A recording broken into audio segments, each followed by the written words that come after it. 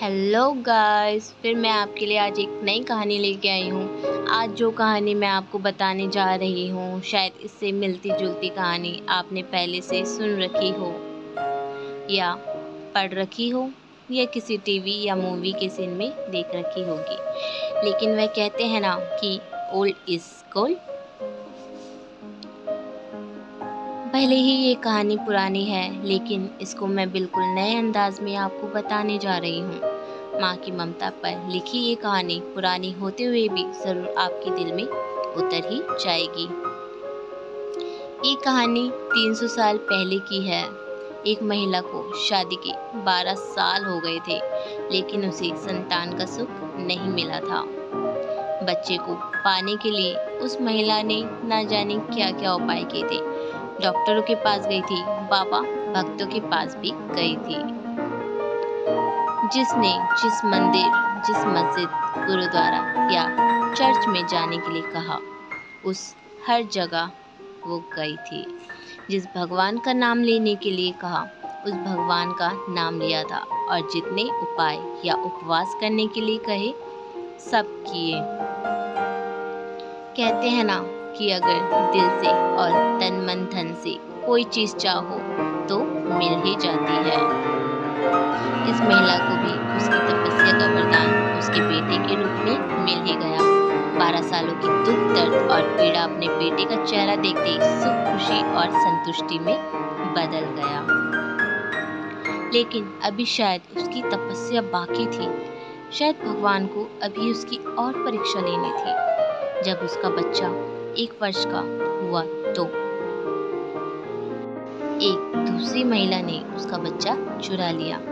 सोचिए उस माँ की मानसिकता क्या होगी, जिसने दुनिया में सबसे ज्यादा जिस बच्चे के लिए अपनी जिंदगी जी थी, उससे उसका बच्चा ही छीन लिया गया। उसे ऐसा लगा जैसे किसी ने उसका बच्चा नहीं, उसके शरीर से उसकी आत्मा ही चुरा ली हो। उस दिन से उस माँ का जैसे खाना पीना सोना सब छूट गया था। उसे ना भूख लगती, ना प्यास लगती, ना नींद आती। हार मान जाए वह माँ कैसी।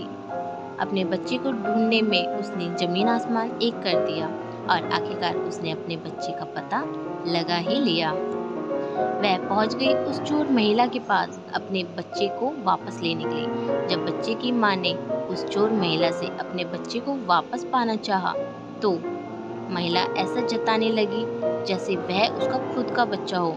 जब बच्चे की माँ को लगा किसी भी तरह से बात बनती नजर नहीं आ रही है, तब वो इस मुद्दे को राजा के पास लेकर गई। राजा के दरबार में दोनों महिलाएं हाजिर की गई। दोनों ही महिलाएं उस बच्चे पर अपना पूरा हक जताने लगी। राजा और उसके सभी दरबारी काफी आश्चर्यचकित और हैरान हो गए, क्योंकि बच्चे की सच्ची माँ को पहचानने के लिए उन्होंने जितने भी सवाल बच्चे के बारे में दोनों ही महिलाओं से किए, जो उसकी आदतों और पसंद या उसकी निशानी के बारे में थे, दोनों ही महिला उसका सही सही जवाब दे रही थी। जब इस समस्या का समाधान निकलता नजर नहीं आ रहा था, तो राजा ने अपने खास और सबसे समझदार मंत्री से इसका निराकरण करने के लिए कहा। मंत्री ने बिना 1 मिनट की देरी किए तुरंत राजा से कहा कि महाराज, मुझे लगता है कि ये दोनों ही इस बच्चे की माँ है। इन दोनों का ही इस बच्चे पर बराबर का हक है। अगर आपको न्याय ही करना है तो सबसे बेहतर तरीका यही होगा कि बच्चे के 2 टुकड़े कर दिए जाए और एक एक टुकड़ा दोनों महिलाओं को बांट दिए जाए। मंत्री की ऐसी बात सुनकर राजा के साथ साथ दरबारी ने हाजिर सभी लोग उनकी तरफ आश्चर्य से देखने लगे। राजा ने सोचा कि मंत्री ऐसे मूर्खतापूर्ण बातों के पीछे जरूर कोई रहस्य होगा। वह बिना सोचे समझे ऐसी बात कभी नहीं कर सकते। राजा ने तुरंत अपने सिपाहियों से कहा कि मंत्री की बात पर अमल किया जाए।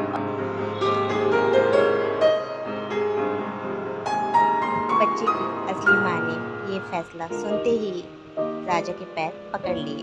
और बोली, महाराज, मुझ पर इतना जुल्म मत कीजिए। आप चाहे तो बच्चे को उस महिला को दे दीजिए, लेकिन उसके 2 टुकड़े कर मत मारिए। मेरा बच्चा मेरे पास नहीं रहा तो चलेगा, इस दुनिया में तो रहेगा। मंत्री जी ने राजा से कहा, महाराज, यही उस बच्चे की असली माँ है और वो वहाँ पर शांत खड़ी है, वह चोर। राजा ने तुरंत उस बच्चे को उसकी असली माँ को सौंपने के लिए कहा और उस चोर महिला को फांसी की सज़ा सुनाई। बच्चे की असली माँ को उस दूसरी महिला पर, जिसने उसका बच्चा चुराया था, दया आ गई, क्योंकि उससे मिलने के बाद उसे यह पता चला था कि वह भी उसी परिस्थिति से गुजर रही थी जिससे वह 12 सालों से गुजरी थी।